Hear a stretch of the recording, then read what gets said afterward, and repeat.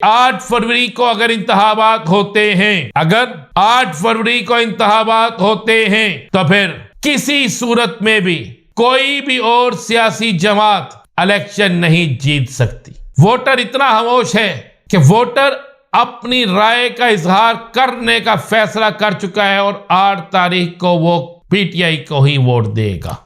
अगर इमरान खान जेल में ही रहता है तो क्या फिर भी तहरीक इंसाफ जीतेगी? अब मैं आपको एक ऐसी खबर देने जा रहा हूं, इस पर मैं चैलेंज कर रहा हूं। मैं चैलेंज इसलिए कर रहा हूं कि यह खबर किसी से सुनी नहीं, बल्कि मेरे पास वो शवाहिद मौजूद हैं।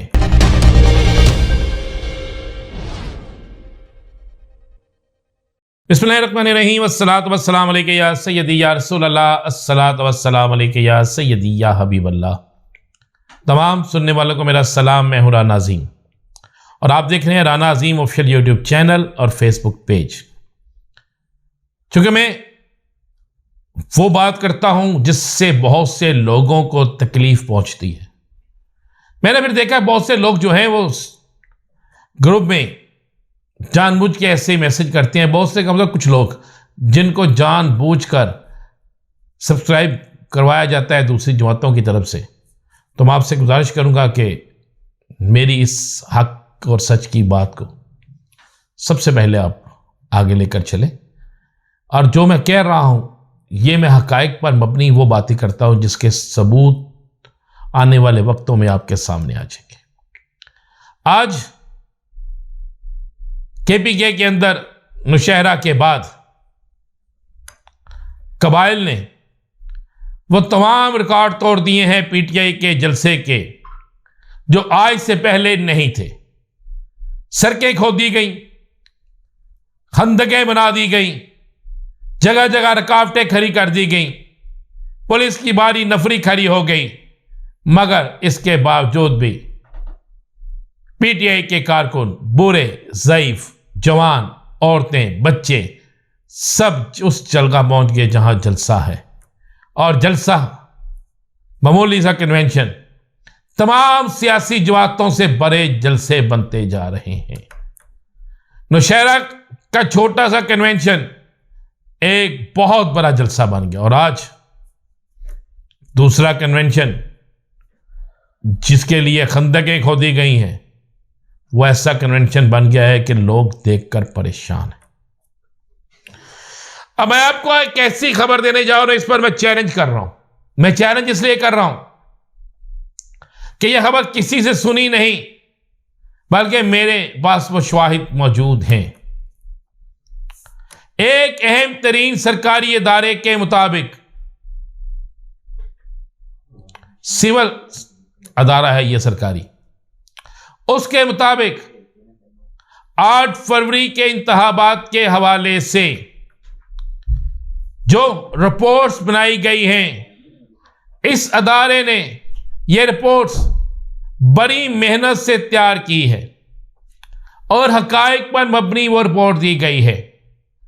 उस रिपोर्ट के 3 हिस्से बनाए गए थे। पहला हिस्सा कि इलेक्शन कौन जीतेगा, दूसरा हिस्सा कि क्या साबिक चेयरमैन पीटीआई, सरबराह पीटीआई इमरान खान के खिलाफ जो प्रोपेगेंडा या जो शहादतें या जो गवाह आ रहे हैं मानिका खानदान और दीगर मामलात पे, इससे उनकी शोहरत में इजाफा हो रहा है या कमी, वोट बैंक बढ़ रहा है या कम हो रहा है। और तीसरा यह था कि अगर इमरान खान जेल में ही रहता है तो क्या फिर भी तहरीक इंसाफ जीतेगी? तो बड़ी मजे की बात आपको बता रहा हूं। इस रिपोर्ट में यह कह दिया गया, क्योंकि इंतजार तो सबको है ना 8 फरवरी का, मैं भी कहता हूं हकायक तो 8 फरवरी को सामने आएंगे, लेकिन इस रिपोर्ट में यह कह दिया गया कि 8 फरवरी को अगर इंतखाबात होते हैं, अगर 8 फरवरी को इंतखाबात होते हैं तो फिर किसी सूरत में भी कोई भी और सियासी जमात इलेक्शन नहीं जीत सकती। 8 फरवरी को पोलिंग स्टेशंस के बाहर कैंप लगे या ना लगे, तहरीक इंसाफ का कैंडिडेट सामने आए या ना आए, लेकिन अगर बल्ले का निशान हुआ या कोई भी ऐसा निशान हुआ जो तहरीक इंसाफ का हुआ, तो तहरीक इंसाफ 8 फरवरी का इलेक्शन बड़े मार्जिन से जीतेगी। कौमी और सूबाई दोनों नशिस्तों पर तहरीक इंसाफ कामयाब होगी। पंजाब के हवाले से वाज़े तौर पर खतरे की घंटी बज चुकी है। KPK के हवाले से खतरे की घंटी बज चुकी है। इवन सिंध और बलोचिस्तान के हवाले से भी खतरे की घंटी बज चुकी है। इस रिपोर्ट में कहा गया है कि कप्तान जेल में भी हो फिर भी इलेक्शन जीता जाएगा।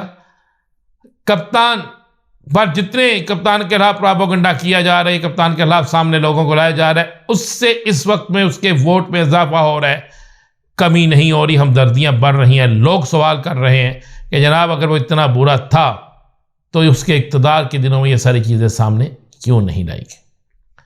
तीसरा जो सवाल था कि कौन किसको वोट देगा, तो लिखा गया है कि खामोश वोट। वोटर इतना खामोश है कि वोटर अपनी राय का इजहार करने का फैसला कर चुका है और 8 तारीख को वो PTI को ही वोट देगा। ये वो रिपोर्ट है जो एक बड़े अदारा, जिस अदारे की रिपोर्ट की बड़ी खास अहमियत होती है, सिविल खुफिया अदारा है, सिविल खुफिया अदारा, उसकी ये रिपोर्ट जा चुकी है। इस रिपोर्ट के बाद बड़ी खलबली मची है। अब नए सिरे से काम शुरू हो गया है।